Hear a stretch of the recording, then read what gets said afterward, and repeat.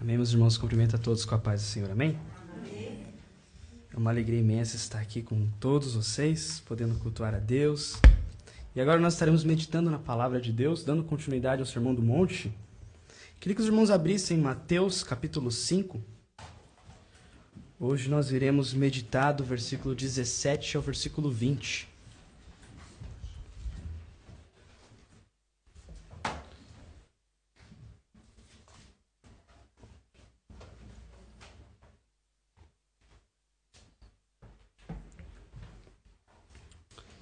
Mateus, capítulo 5.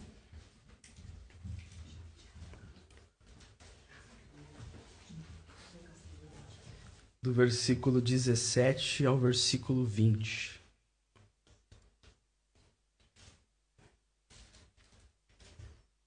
Dando continuidade aqui ao Sermão do Monte. Hoje nós estaremos falando sobre o cristão e a lei de Deus. Iremos tentar meditar um pouco a respeito disso, um tema muito vasto, tanto quanto complicado também para a nossa época, pois estamos numa época já pós-encarnação. Cristo já veio, Cristo ele ressuscitou. O judaísmo já não faz parte de nós, mas o que fazemos com a lei? E é sobre isso que nós iremos meditar hoje. Versículo 17 ao versículo 20. Não pensem que vim revogar a lei ou os profetas. Não vim para revogar, mas para cumprir. Porque em verdade lhes digo, até que o céu e a terra passem, nem um i ou um tio jamais passará da lei, até que tudo se cumpra. Aquele, pois, que desrespeitar um destes mandamentos, ainda que dos menores, e ensinar os outros a fazer o mesmo, será considerado mínimo no reino dos céus. Aquele, porém, que os observar e ensinar, esse será considerado grande no reino dos céus. Porque eu afirmo que, se a justiça de vocês não excederem muito a dos escribas e fariseus, jamais entrarão no reino dos céus. Amém? Os irmãos podem se assentar.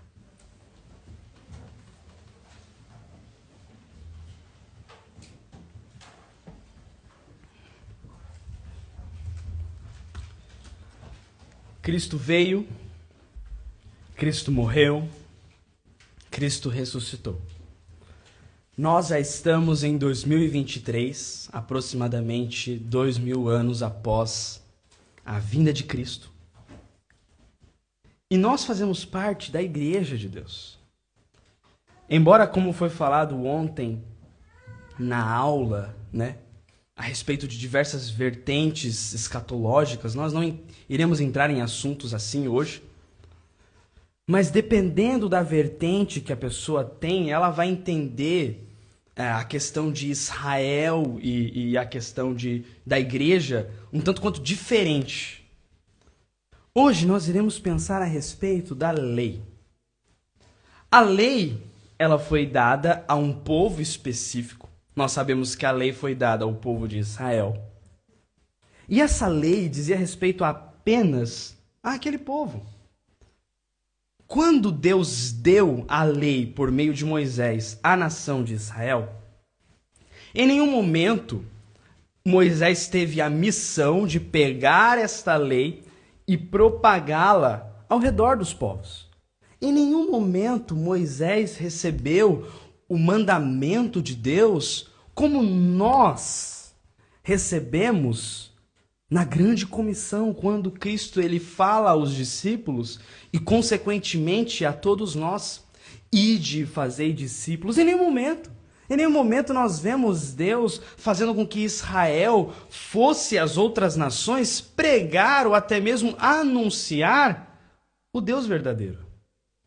Mas aquelas leis, elas foram dadas por alguns motivos. Iremos pensar agora aqui. A lei, ela foi dada ao povo naquela época justamente para instruir ao povo como o povo deveria viver sendo a nação escolhida de Deus. Meus irmãos, se os irmãos pararem para analisar o contexto de Israel, a sua potência militar, ou até mesmo o seu território, Israel nunca foi uma nação grande. Era sempre um povo pequeno. Abraão, quando foi chamado por Deus, Abraão não tinha qualidades excepcionais. Abraão não era como, vamos dizer assim, um Sansão da vida, que tinha aí umas habilidades que deixava todo mundo meio com medo. Não, Abraão era um simples homem. E Abraão foi chamado por Deus para iniciar um novo povo. Quando Deus ele chama Abraão, ele fala: de ti farei pai de uma grande nação. E Deus não fala o motivo. Deus em nenhum momento ele vai dizer: olha, eu escolhi você, Abraão. Eu escolhi você, Israel, por causa disso, disso, disso. Não, Deus simplesmente escolheu Israel e deu as leis a Israel justamente para colocar uma cerca e mostrar: olha, é assim que vocês devem viver. Mas a lei que foi dada a Israel, nós podemos pensar nelas em três aspectos ou em três áreas diferentes. Haviam as leis civis, as leis que eram relacionadas literalmente a como o povo deveria se locomover, como o povo deveria marcar o território de suas terras. Eram leis específicas para que a sociedade conseguisse, sobreviver ou até mesmo crescer. Haviam outras leis também, chamadas leis cerimoniais, que eram leis específicas a respeito dos eventos religiosos que tinham. Um grande exemplo disso eram as obrigações que o sumo sacerdote tinha que cumprir ao oferecer um sacrifício. Tudo isso está encaixado na lei que o povo recebeu. Mas havia também a lei moral. E a lei moral era a respeito, vamos dizer assim, um exemplo bem claro da lei moral é os 10 mandamentos. Os 10 mandamentos, você vê que, embora esteja falando diretamente ao povo de Israel, hoje em dia nós conseguimos escutar esses mandamentos na boca de pessoas que nem sequer acreditam na existência de Deus. Quando pessoas que não acreditam em Deus vão dizer que matar é errado, roubar é errado, mentir é errado, tudo isso está relacionado à lei moral. E a lei que o povo de Israel recebeu também continha esse aspecto. Mas quando Cristo veio, nós iremos meditar ainda, porque o próprio Cristo está falando. Pregar no Sermão do Monte é maravilhoso, porque literalmente eu estou repassando o sermão de Cristo. Então, nós iremos analisar este texto, porque é o próprio Cristo quem está dizendo a respeito da lei, como ele entendia a lei, e automaticamente isso ele está mostrando aos discípulos como eles deveriam entender a lei também. Entendendo tudo isso, nós conseguiremos pensar a respeito de nós. Nós, cristãos, que já estamos há 2000 anos depois da vinda de Cristo. O que fazemos com a lei? Jogamos fora o Antigo Testamento? Porque leia o Antigo Testamento para você ver. Você vai encontrar ali não só leis morais. Você vai encontrar também as leis civis. Você também vai encontrar as leis cerimoniais. Passe por Números, passe por Levíticos. Tenho certeza que vocês já devem ter lido esses textos. Eu tenho certeza que a leitura foi um tanto quanto confusa, porque está falando que deve ser determinado animal no sacrifício, deve ser cortado assim, deve ser sobrado assim para o sumo sacerdote, deve ser feito assim, a roupa dele deve ser assim, cada mínimo detalhe. E quando nós lemos, nós falamos assim, mas por quê?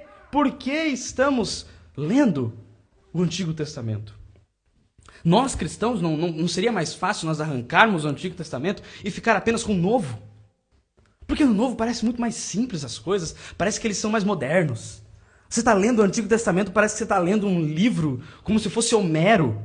Sabe aquele texto arcaico, aquele texto antigo, que você não sabe mais nem do que ele está falando? Mas não. A Bíblia, ela é completa, desde Gênesis a Apocalipse. Nós cristãos vivemos já na era pós-vinda, pós-ressurreição, porém, em nenhum momento nós deixamos o Antigo Testamento de lado. E nós veremos o porquê disso. Vamos começar aqui no versículo 17. Olha o que Cristo vai falar a respeito da lei. Não pensem que vim revogar a lei ou os profetas. Jesus já começa dizendo isso. Recapitulando, Jesus ele começa o sermão se dirigindo especificamente aos discípulos, nós já vimos isso. Nos primeiros versículos de Mateus 5, nós vemos que o sermão todo é direcionado aos discípulos e não à multidão. É interessante os irmãos notarem isso.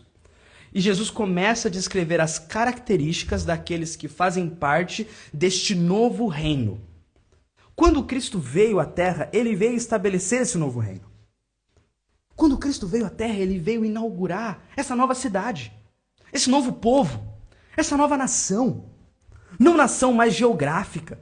Não somos mais um Israel geográfico, mas agora fazemos parte desta grande nação que engloba brasileiros, japoneses. Isso que é o mais maravilhoso, de sabermos que temos irmãos nossos que não falam a nossa língua, mas faz parte do mesmo povo. E Jesus está se dirigindo a esses, os discípulos. E quando Jesus começa esse sermão, ele começa a descrever as características daqueles que fazem parte deste novo reino. E isso foi até o versículo 12. Aí que vem as bem-aventuranças, as 8 bem-aventuranças. Bem-aventurados os pobres em espírito, os que choram, os misericordiosos, os puros de coração. E ele vai indo, todas as bem-aventuranças. Quando chega depois das bem-aventuranças, Jesus ele já muda o foco do sermão, porque ele começa descrevendo quem eram aqueles que estavam dentro do reino, e do versículo 13 em diante, Jesus vai falar, e estes que são do reino, como eles devem viver no reino que não são deles. Porque nós, meus irmãos, fazemos parte de um outro reino, fazemos parte do reino de Deus. Nós já estamos dentro deste novo reino, não porque merecemos, não porque somos capazes, não porque temos habilidades, não porque somos superiores a outras pessoas, nada disso.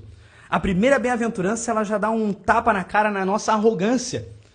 Como foi falado sobre humildade hoje, o sermão começa dizendo, bem-aventurados os pobres em espírito, aqueles que reconhecem que são pobres, que são miseráveis, que não possuem valor em si mesmo. Eu sei que dói isso, mas você não é a coisa mais preciosa de Jesus. Você não está no centro do coração de Jesus. Eu e você somos miseráveis, pessoas que não mereciam estar diante deste Deus santo e poderoso. Mas Ele quis nos trazer para perto. E aí quando Cristo ele mostra quem eram aqueles que eram súditos mesmo, no versículo 13 ele fala assim, agora vocês que fazem parte deste novo reino, no reino que eu vim inaugurar, vocês devem ser assim, assim, assim. Aí começa. Jesus agora ele começa a mostrar como os discípulos, fazendo parte de um outro reino, eu quero que vocês foquem nisso. Somos pessoas de outro reino, vivendo em um reino que não é nosso. Este mundo. Essa é a grande pergunta. Como eu e você, meus irmãos, devemos viver neste mundo? É a pergunta que nos assola. É a pergunta que queima em nosso coração, que ecoa em nossa mente. Como eu e você devemos viver neste mundo? E Jesus está nos mostrando. Nós já vimos no sermão passado Jesus mostrando aos discípulos que eles eram o sal da terra e a luz do mundo.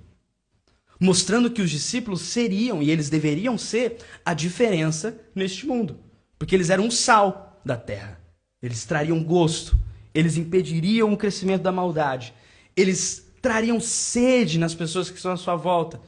E também eles seriam a luz do mundo, no mundo tenebroso, no mundo escuro, no mundo onde não havia esperança, no mundo onde não há vida. Os cristãos, os discípulos, nós seríamos a luz do mundo, nós somos a luz do mundo. E aí Jesus começa dizendo isso, não pensem que vim revogar a lei ou os profetas. Porque vamos pensar nisso, Jesus ele veio inaugurar um novo reino. Automaticamente já seria uma mudança. E nessa mudança, Jesus ele fala assim, calma aí. Eu estou inaugurando um novo reino, mas não pensem que eu vim revogar. O que é revogar? É cancelar, é jogar fora, é deixar para trás a lei e os profetas. Por que Jesus fala a lei e os profetas? Entenda que na época de Jesus, quando Jesus estava dizendo isso, não havia um Novo Testamento. Jesus ele estava ali falando, e quando ele falava sobre lei, quando ele falava sobre palavra, era sempre relacionado aos escritos do Antigo Testamento. E esses escritos, o próprio Cristo, às vezes ele divide ou em 3 ou em 2, ou às vezes ele vai dizer lei, salmos e profetas. Aqui ele está dizendo lei e profetas, porque a lei está relacionada à Torá. O que é a Torá? A Torá são os 5 primeiros livros da Bíblia, escritos por Moisés. E os profetas seriam os escritos posteriores. Então, quando Cristo ele vai dizer, não pensem vocês que eu vim revogar a lei ou os profetas, Jesus está dizendo, olha, eu estou inaugurando um novo reino, mas não pensem vocês que eu estou jogando fora todos os escritos do Antigo Testamento. E Jesus ele vai dizer, não vim para revogar. Cristo ele não veio para revogar, mas então por que ele veio? Ele veio para cumprir. Isso é interessante. Porque todo o Antigo Testamento, nós temos que entender isso. Todo o Antigo Testamento, nele, percorre um princípio cristológico. O que seria isso? O princípio cristológico. Significa que em todo o Antigo Testamento, sempre Cristo estava sendo anunciado. De forma crescente, de forma progressiva. Como o pastor falou, não pense esse progressista como algo esquerdista. Nada a ver. Progressismo é no sentido de uma crescente. Começa em Gênesis 3,15. Naquela grande promessa que o próprio Deus ele vai falar. Olha, serpente, sua descendência vai machucar o calcanhar da descendência da mulher. Porém, a descendência da mulher irá pisar em sua cabeça. Naquele momento, Deus estava falando, olha só, o grande propósito é o nascimento de Cristo, é a encarnação de Cristo. E todo o Antigo Testamento ele vai revelando de pouco em pouco quem seria Cristo, qual seria o seu ministério, o que ele faria, como seria, quais os benefícios ele traria. E tudo isso foi mostrando de pouco em pouco. Então, quando Cristo ele vai dizer que ele não veio revogar, ele não veio cancelar, mas ele veio cumprir, significa que ele veio trazer o verdadeiro significado de toda a lei e os profetas. Quando entendemos isso, nós agora olhamos para o Antigo Testamento de maneira um pouco diferente. Embora seja um pouco difícil a compreensão do Antigo Testamento, porque se faz necessário um estudo mais rigoroso, mas quando entendemos isso, de que toda a Bíblia, meus irmãos, de Gênesis a Apocalipse, ela fala sobre Cristo.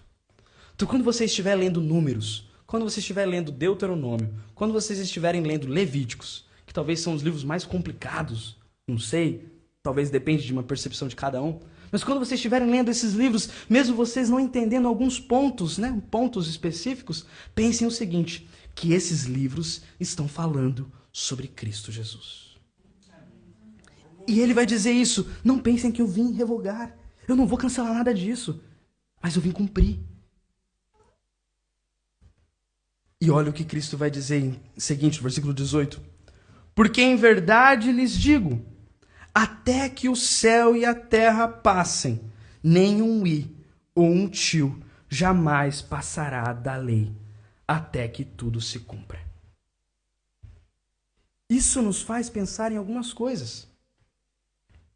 Primeiro, nós podemos pensar que quando Cristo ele disse que até que o céu e a terra passem, ele está falando até o fim deste mundo. Até que tudo suma. Até o final.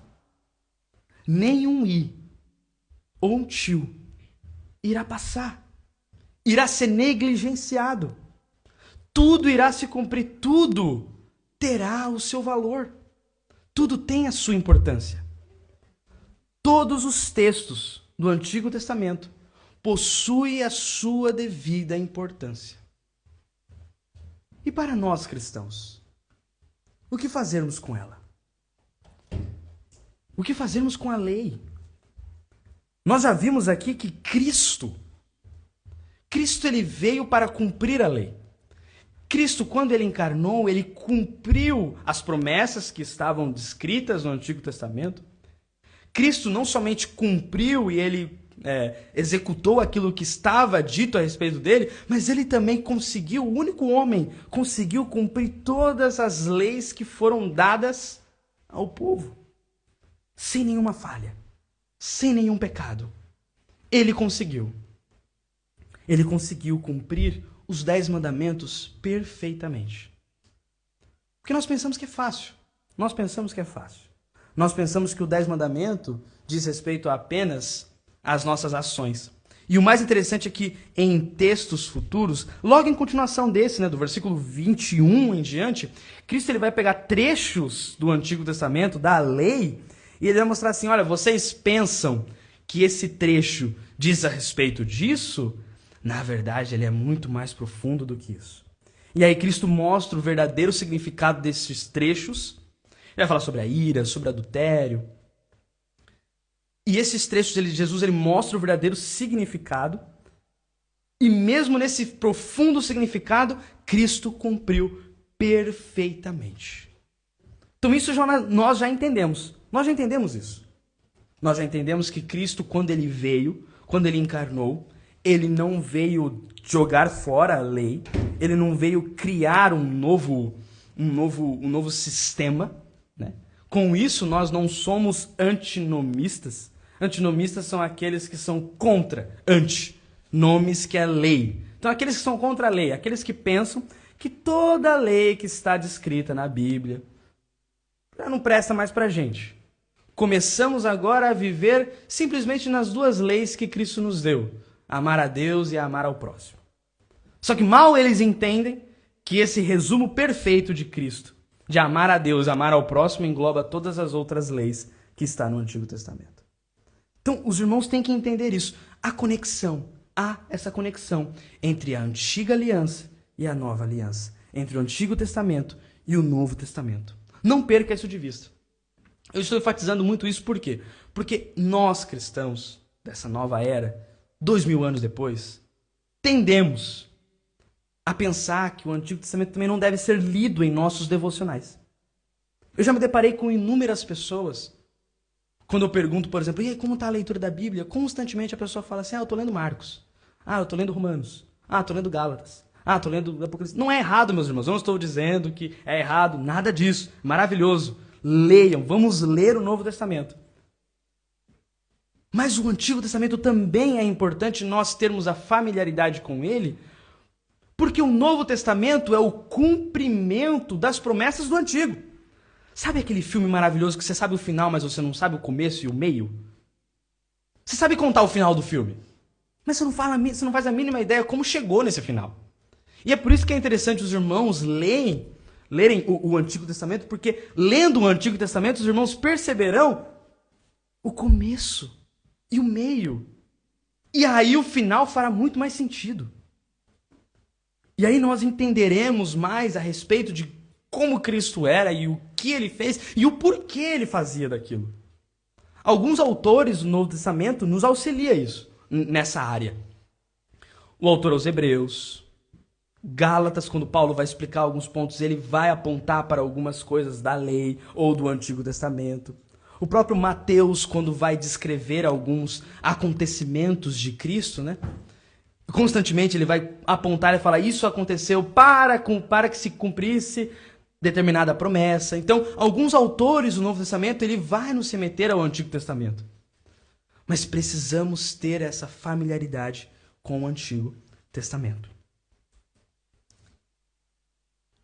Aí no versículo 19, depois que Cristo falou que ele cumpriu, e depois que ele disse que a lei e os profetas não passariam até que tudo estivesse cumprido e terminado, Cristo ele vai falar uma coisa muito, mas muito intrigante. Aquele, pois, que desrespeitar um destes mandamentos, ainda que dos menores, e ensinar os outros a fazer o mesmo, será considerado mínimo no reino dos céus. Isso é um tanto quanto impactante. Porque até o momento, Cristo estava falando que ele veio cumprir a lei. Cristo estava falando que a lei havia importância. Mas agora ele está falando que a lei diz respeito a nós também. Não somente Cristo cumpriu a lei, mas agora parece que eu e você devemos também cumpri-la. Eu e você devemos também estar em dia. Temos uma certa responsabilidade em nossos ombros. Porque Jesus está dizendo: aquele que desrespeitar, nem que seja uma pequena lei, e ainda ensinar a outros, e ainda falar a outros para que façam o mesmo, será considerado o mínimo, será considerado o menor no reino dos céus. O que Cristo está dizendo neste trecho? Cristo está mostrando que não há uma distinção de valor entre as leis. Os fariseus naquela época, eles tinham o péssimo hábito de categorizar algumas leis. Agora vamos entender um pouco mais a respeito das leis morais, né? Não vou aqui dizer muito das leis cerimoniais, justamente porque Cristo ele veio cumprir. As leis civis, talvez nós conseguimos tomar algum aprendizado dela a respeito de como nós devemos viver em sociedade, mas agora as leis morais, questões mais relacionadas ao nosso interior, aquilo que devemos ter em nossa mente, como devemos agir, a maneira como nós devemos pensar, os 10 mandamentos e todas as outras leis que diz respeito à conduta do homem, toda essa lei, ela tem a sua devida importância para nós. Voltando agora à questão dos fariseus, os fariseus eles tinham o péssimo hábito de categorizar as leis e, por exemplo, pensar que algumas leis eram consideradas mais importantes e outras eram consideradas menos importantes. Um maior exemplo disso, acho que os irmãos vão se lembrar do texto bíblico. Eu, infelizmente, meus irmãos, eu não anotei aqui, mas tem um texto bíblico que vai dizer a respeito dos fariseus que eles criaram uma lei chamada de Corbã, e essa lei servia para infringir uma outra lei. Não sei se os irmãos lembram desse trecho das Escrituras. O que a Bíblia vai dizer a respeito dos filhos com os pais? Os filhos devem honrar os pais. Está nos 10 mandamentos isso. Mas havia uma lei, que é essa lei Corbã, que foi criada pelos judeus, que dizia o seguinte: que se o filho, tendo o sustento, consagrasse a sua quantia a Deus, ele não era mais obrigado a ajudar o pai na velhice, a sustentar o pai. Muito obrigado, meu irmão. Marcos 7, muito obrigado. Se ele pegasse toda a sua quantia e consagrasse a Deus, ele não era mais obrigado a ajudar o pai, a ajudar a mãe, a sustentar o pai, a sustentar a mãe. Então os irmãos estão vendo que há uma certa troca de valores. Parece que a lei a respeito de Deus, a lei que fala que deve se consagrar a Deus, ou o dinheiro que é consagrado a Deus, parece que essa lei é mais importante do que honrar o pai, honrar a mãe. Então os fariseus, os escribas, eles tinham esse hábito de diferenciar as leis. E por isso que Cristo ele vai dizer, até as menores, nem que seja uma pequena, ela deve ser cumprida, ela deve ser ensinada, ela não deve ser desprezada. Isso traz algumas implicações à nossa vida. Nós que fomos resgatados pela graça de Deus, nós que recebemos a nova vida em Cristo, nós não somos salvos e nós não fomos salvos pelas nossas obras.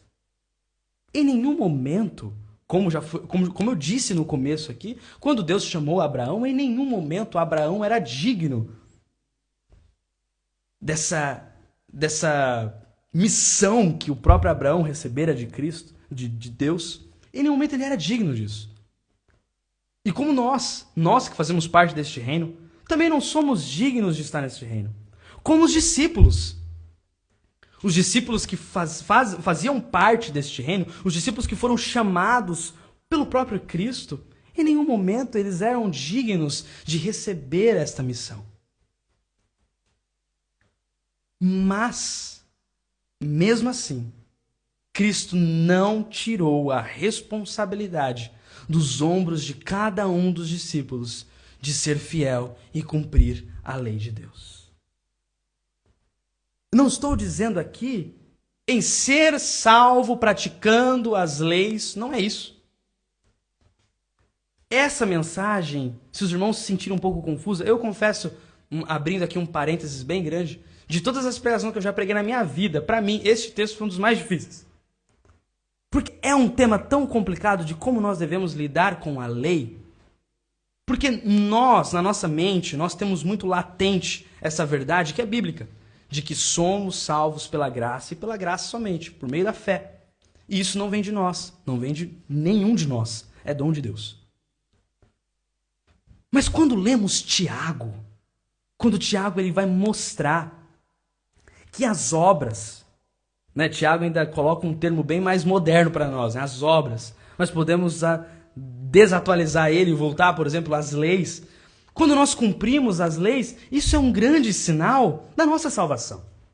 É um grande sinal de que somos salvos de fato. E é isso que Cristo está dizendo aqui. Cristo ele está falando, olha, eu cumpri.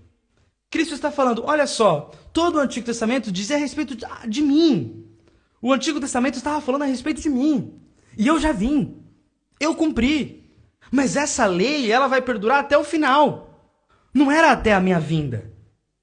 É até que a terra e o céu passe. É até o mundo deixar de existir. E aí ele vai dizer, e aquele que desprezar, nem que seja um pequeno texto, uma pequena lei, e ensinar aos outros isso, será considerado menor no reino dos céus. Ao mesmo tempo, Cristo está falando, olha só, você, discípulo, você que é sal da terra, você que é a luz do mundo, tem a obrigação e o dever de priorizar e de ter o devido respeito e ter a devida, dar a devida ênfase, ter o devido o desejo de cumprir a lei de Deus. De você estar literalmente querendo viver de acordo com a lei que foi estabelecida pelo próprio Deus. E isso na nossa mente, às vezes está um pouco distorcido. Porque essa verdade, ela não pode ser negada. Nós somos salvos pela fé em Cristo Jesus. Mas os irmãos já pararam para pensar que Paulo constantemente ele vai exortar a igreja, principalmente de Romanos, de Gálatas, ensinando-os de que, pelo fato de eles serem salvos, isso não era motivo para eles viverem uma vida desleixada e uma vida totalmente torta, uma vida totalmente mundana, uma vida totalmente distante da vontade de Deus? Para que serve a lei de Deus? Tendemos a ver a lei de Deus como algo mais arcaico, algo mais antigo, antiquado. Mas a lei de Deus, ela serve para vermos a maldade que somos, mas não somente isso, para vermos a beleza de Deus. Porque pense, a santidade de Deus, como Deus é belo, como Deus ele é magnífico, como cada detalhe da lei diz respeito não só da nossa maldade, porque nós não conseguimos cumprir isso, mas diz respeito a quem Deus é, a beleza de Deus.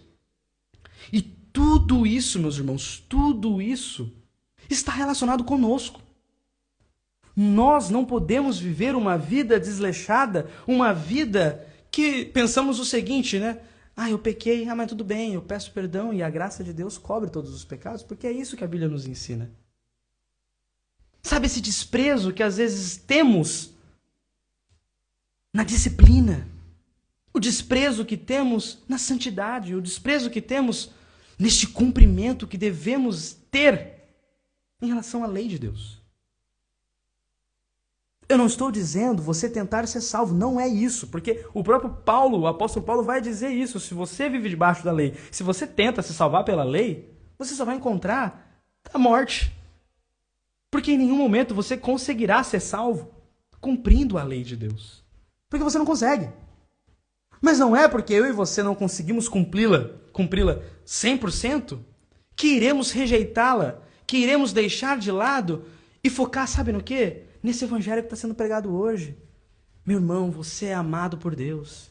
Receba o amor de Deus. Deus, ele te ama e Deus, ele quer te abraçar e te dar bênçãos e acariciar e curar toda a dor do seu passado e curar as feridas do coração.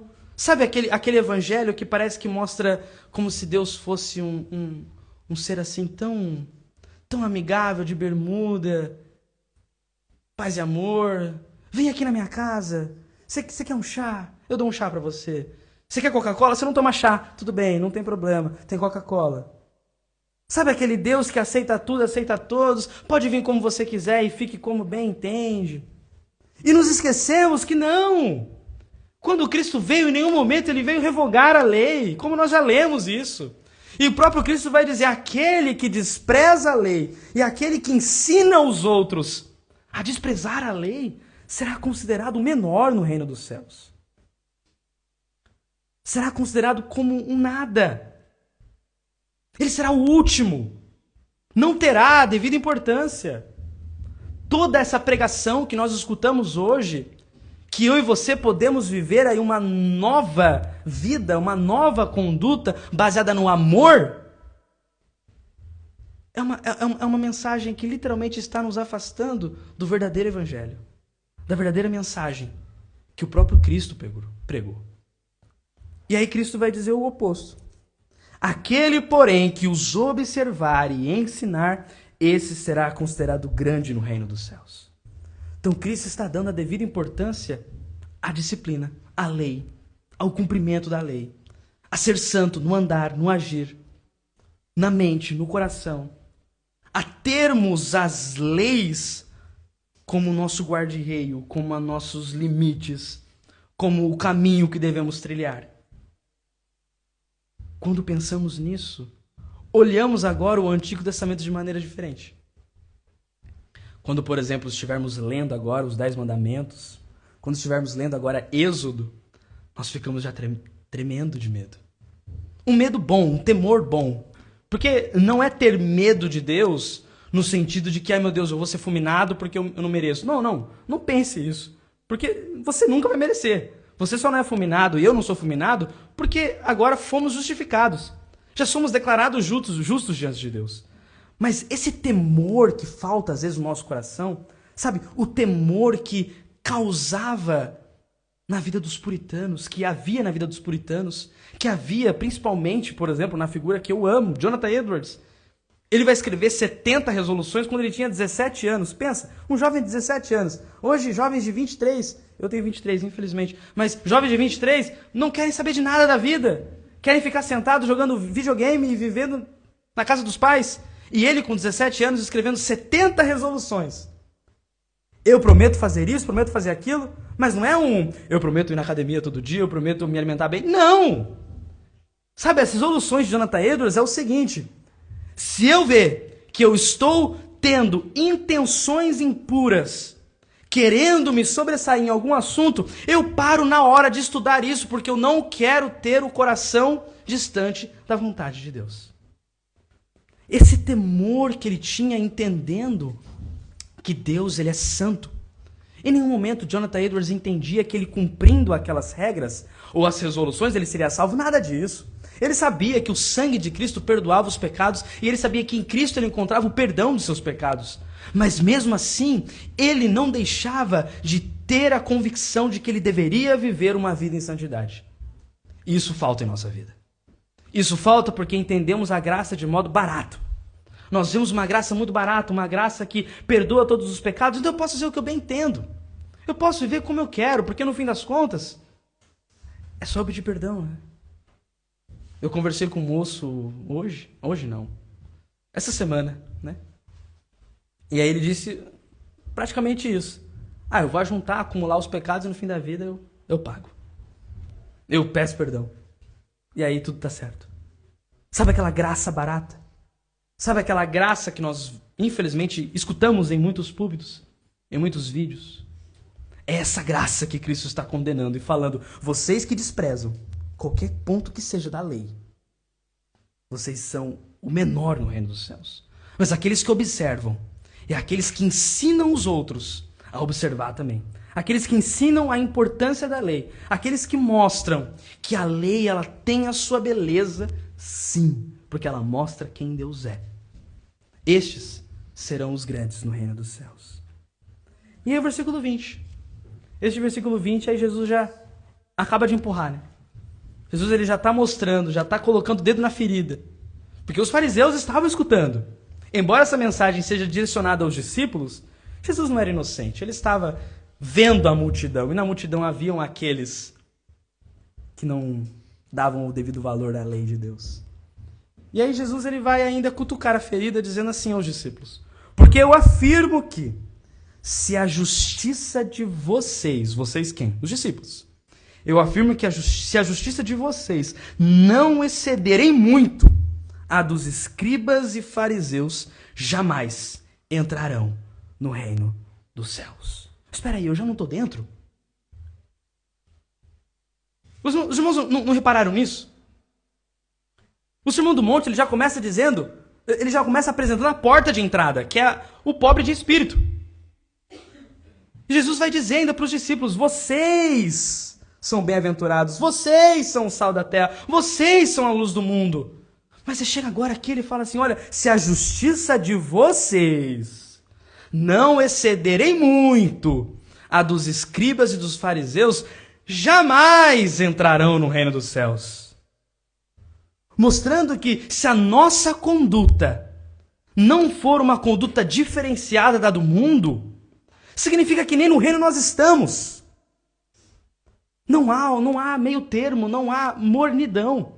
Nós vemos em Apocalipse o próprio Cristo mostrando isso, se dirigindo a uma igreja, dizendo que vocês são mornos e eu vou vomitar vocês de minha boca.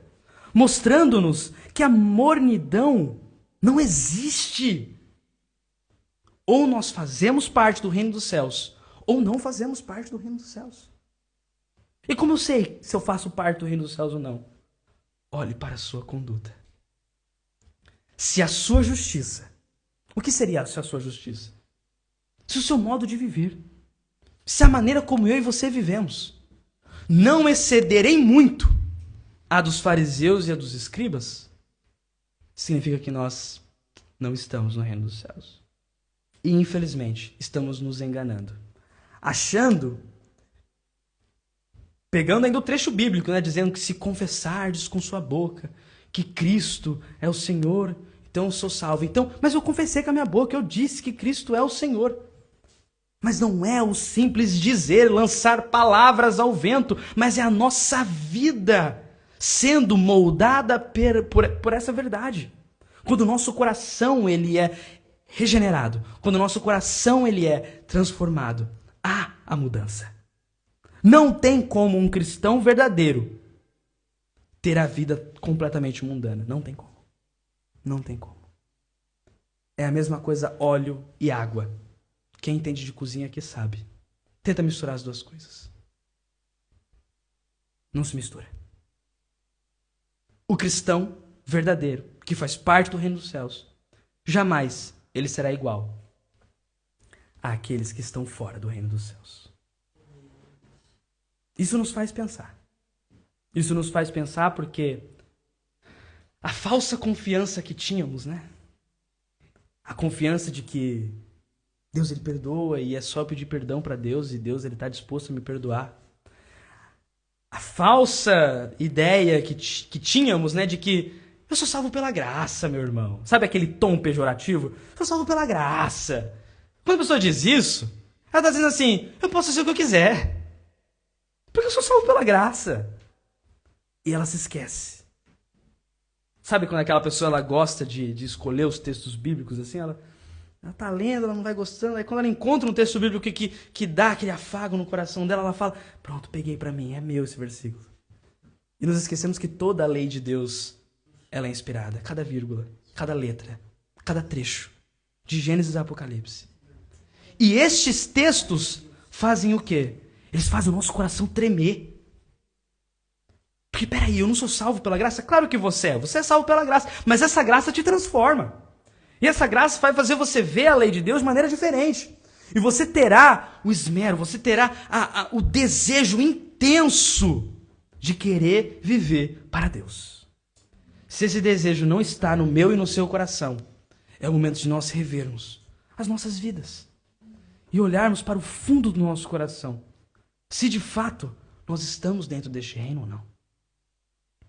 Não é simplesmente vir à igreja, meu irmão. Não é simplesmente vir à igreja. Não é, olha o que eu vou dizer, meus irmãos, não é simplesmente você orar e ler a Bíblia. Sabe aquelas pessoas que pensam que a religião é, de certa forma, algo meio que ritual. Então, assim, eu acordo de manhã, leio minha Bíblia, oro, agradeço o dia. Ah, eu tô bem, nossa, eu tô bem na minha vida espiritual. Como foi seu devocional, meu irmão? Foi bem, maravilhoso. Mas se isso não mudar a nossa vida, tem algo de errado. Não, mas Pedro, uma coisa tão difícil largar os pecados. É claro que é, eu não estou falando que você vai mudar de um totalmente mundano para um Jonathan Edwards da vida em questão de minutos. Não é isso. Mas tem que haver o progresso, tem que haver uma constante mudança em nossa vida. Largar o pecado constantemente, deixar para trás o velho homem e olhar agora para o novo mundo que nos espera, pensando de que nós somos o sal da terra e a luz do mundo. E o que significa isso? É que devemos ser a diferença. E o que significa agora ser a diferença? É que a nossa justiça, a minha e a sua, deve exceder em muito a dos fariseus e dos escribas. E como era a justiça dos fariseus e dos escribas? É, infelizmente, a justiça que muitos de nós vivemos. Uma justiça hipócrita. Aquela justiça que fazemos com as nossas mãos, mas não sentimos em nosso coração. Mas Pedro, eu tenho que sentir também? É claro. Você acha que Deus ele se agrada com o sacrifício de tempo? Você acha que Deus se agrada só ao simples fato de você e eu estarmos aqui, com a nossa mente fora, com o nosso coração fora, com a nossa vida toda torta e pensando que o fato de nós estarmos vindo aqui, estamos batendo ali o cartãozinho e Deus está vendo, Deus está vendo que eu vim. Eu estou cansado, eu queria tanto estar sentado, assistindo um filme, comendo pipoca, tomando Coca-Cola. Eu queria estar sentado, relaxando, mas, ó Deus, eu vim aqui. Sabe, como se, Deus, olha o meu sacrifício, e o nosso coração pensando nos prazeres que nós poderíamos estar tendo longe daqui. E nos esquecemos que os 10 mandamentos já começam dizendo: não tomarás outro Deus além de mim. O nosso coração muitas vezes está voltado a outros ídolos e nos esquecemos que o primeiro mandamento é este: não tomarás outros deuses. Não adorarás outros deuses além de mim. É isso que nós devemos ter em mente, meus irmãos. Eu quero fechar com essa pergunta: como está a nossa vida? A minha vida? Essa mensagem, como eu disse para os irmãos, foi uma missão árdua para mim. Essa mensagem me fez pensar em inúmeras coisas, inúmeras ênfases demasiadas que eu dava em algumas outras coisas e me esquecia completamente de que deve haver esse equilíbrio até mesmo em minha mente, entendendo que eu preciso viver em santidade. Não é uma questão de opção, é dever. Eu faço parte deste reino? Eu sou salvo de fato? Então minha vida deve ser diferente. É com essa pergunta que eu termino. Como está a sua vida, meus irmãos? Amém? Vamos colocar de pé. Eu queria estar pedindo para que os irmãos fechassem os seus olhos, curvassem sua cabeça. E vamos estar orando. Orando a este Deus. Este Deus que nos instrui, nos ensina e até mesmo nos perdoa quando nós confessamos os nossos pecados diante de Deus. Pai bendito, muito obrigado, Pai. Muito obrigado pela Tua poderosa palavra. Obrigado, Deus, por este momento maravilhoso que nós tivemos meditando, Deus, nos deliciando na Tua palavra, Pai. O Senhor nos ensinando como devemos viver. O Senhor nos ensinando de que a nossa justiça, a nossa conduta deve ceder em muito a dos fariseus e dos escribas. O Senhor nos ensinando o valor da lei. O Senhor nos mostrando que o Senhor veio para cumpri-la e não para revogá-la. Pai, nos ajude, Deus, a viver em santidade, nos ajude a priorizar a Tua vontade, a Tua lei. Nos ajude, Pai, a glorificar o Teu nome e sermos a diferença de fato. Nós somos o sal da terra e nós somos a luz do mundo. Nos ajude, Deus, a sermos. Nos ajude, Deus, a sermos a diferença. Que a nossa conduta venha a ser diferente. Que a maneira como nós vivemos venha ser diferente. Ajuda-nos, Pai, a viver em santidade.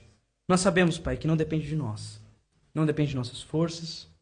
Justamente o Senhor disse isso depois de ter dito que bem-aventurados são os pobres em espírito. Nós sabemos que somos miseráveis, sabemos que somos pecadores e sabemos que precisamos da Tua graça constantemente. Dependemos de Ti, Pai, até mesmo para cumprir as Tuas leis, até mesmo para Te obedecer nos Teus mandamentos. Precisamos de Ti, Pai.